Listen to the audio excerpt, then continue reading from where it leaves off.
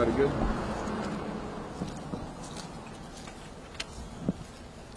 Good morning. We're here this morning on behalf of Mr. Van Dyke, and we're only going to be here briefly, and there's just going to be a few things that I want to say, and then Mr. Van Dyke himself is going to speak. He will not be taking any questions. However, after he spoke, the other council will be able to speak, and you are welcome to open to any questions. Whether or not we can answer them will depend on what the question is. We do want to keep this as brief as possible. We understand that school is going on and are not here for a distraction under any purposes related to what's going on today at school for the children that are present. The reason that this news conference came forward, and really the true objective of it is pretty simple.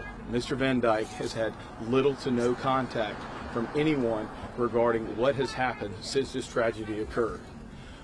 Everyone, of course, is heartbroken. Everyone that knows the family, and including anyone that doesn't know the family and has just read the story or heard about it or seen your newscast. Unfortunately, the people that have been hurt the most are, of course, the family. This being the father of that beautiful young lady who lost her life right back here, has received almost no information. He's had one meeting with the superintendent of the school that didn't really provide any true developments as regarding what actually happened that day and then really what has gone on since then. Now, our offices have been in contact with the school district council. They have yet to been able to provide us any information. Mr. Van Dyke has also not heard from anyone within law enforcement whatsoever, nor has he heard from anyone within the solicitor's office. We are in no way trying to criticize the process or impede on anything that has already happened. We simply want to know what has happened, where do we stand in the investigation, and what information can be provided to Mr. Van Dyke so he can find out more as to what exactly happened to lead to the death of his daughter. At this point, I'm going to let him speak briefly, and again, he will not be taking any questions. However, we will allow some questions for the rest of council here. Mr. Van Dyke. My name is Jermaine Van Dyke, and I'm here today looking for justice for my daughter. And I wanted just to find out what happened, how it happened, and who was involved. That's really it.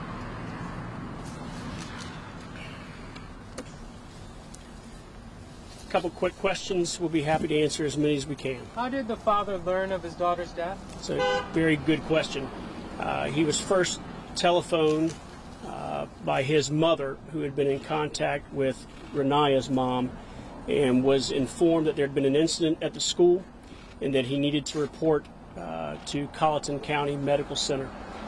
Unfortunately, by the time he got there, which was 20, 30 minutes later, he was informed that she was no longer there and had been medevaced down to MUSC. Again, those were the only bits of information provided to him at that point. That led to 7 straight days of emotion that brings us here today. What's the school district said in Nothing. response to your attention? Nothing. Absolutely nothing. We've been extremely disappointed. We've made multiple attempts to contact both law enforcement and the school district. We heard late Friday evening from the attorney for the school district that was brought on board. Unfortunately, he didn't have many answers, and through no fault of his own. The superintendent and the school district simply has failed to provide any. When was the last time Jermaine saw Raniya? They've been involved, extremely involved in each other's lives.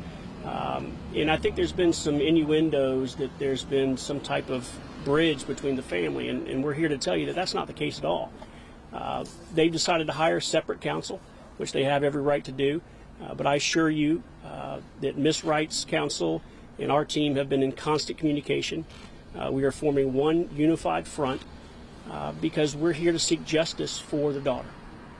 I know a lot of people have said that this is kind of shown the broader issue of bullying in our schools, even though that word hasn't necessarily been used in relation to this case just yet by officials, at least law enforcement in the school district. But how does this case kind of relate to that bigger issue that we're seeing across the state?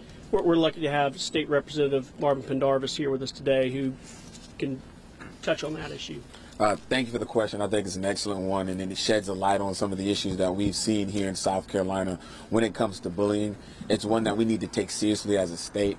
If you look around, the conversation within our school district is how can we protect our children? And in the General Assembly a couple of weeks ago, we talked about a big education bill and how we're going to reform education here in the state of South Carolina. And one of the things that came out of that conversation is exactly what we want to do in putting different counselors in each of the schools. In fact, the governor wanted to put $2.2 million towards having mental health counselors. Why do I say that? Because it's important that we recognize children face various issues on a daily basis when they come to school. They deal with some things at home that they bring to school. And oftentimes bullying helps exacerbate some of those issues. And so it's incumbent upon us as elected officials, it's incumbent upon us as community officials and people and families to make sure that we're doing everything that we can to protect our children, to ensure that they're getting the attention that they deserve in the schools, also within their communities and at home, because it's important. Bullying is real. We have to recognize and we have to do something about it. I don't know if you can speak to this or not, but have there been issues leading up to this event? We have spoken with the teacher that was in the class that day, a week ago today. We've also spoken with a few parents of the school children, and we are still compiling information. We're still gathering the results of our investigation, but it's been made pretty clear to us that there's been a pattern of behavior over the last really 4 or 5 years. Some may reference it as bullying. I'm a little hesitant to label it as that at this point in time, but again, it would be fair to say that the school was on notice that there were some altercations occurring on a very regular basis between individuals in this specific classroom. Is the family wanting to see charges filed?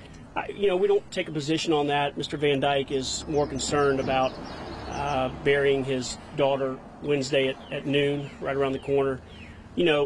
Last week was primarily about who, what, when, why.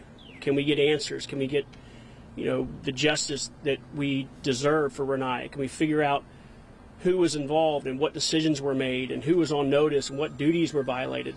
And that's fine for last week's topic. I think next week's topic will be, where do we go from here? Can we get those answers? Does litigation ensue as a result of?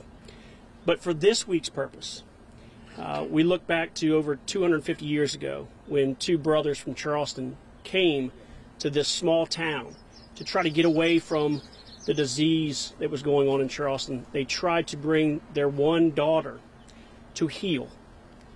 And the Walter brothers established Walterboro, the front porch of the Low Country, to be the place to come to heal. And that's what this week needs to be about. This week needs to be about the community coming together in an effort to heal. Justice will be served. Mr. Van Dyke gives you his word. Ms. Wright gives you her word. Justice will be served. But this week, let's all come together and heal on behalf of Raniya. Would Jermaine just tell us a little bit about his daughter for those who have never met her? We'll get there at some point. We'll get there. You spoke with a teacher who was in the classroom. Is it known at this point whether the teacher was in the classroom during the incident? Again, we'll get there. We've spoken with her at length. We got to be careful because we don't want to influence any type of investigation. We want to assist in the investigation. So we presented her to the appropriate people, and she'll make a statement at some point. Can you say and spell your name for him? Pepper. Last name is Mark. First name Mark, M-A-R-K. Last name Pepper, P-E-P-E-R. Mr. Pepper, what's the most important question left unanswered here? Really, how and why? How and why? And I think Ms. Wright and Mr. Van Dyke deserve those answers, don't you? As Mr. Van All right. Dyke has said, and as Thank you all very much. We'll be back in touch. We really appreciate all the community support. Thank you.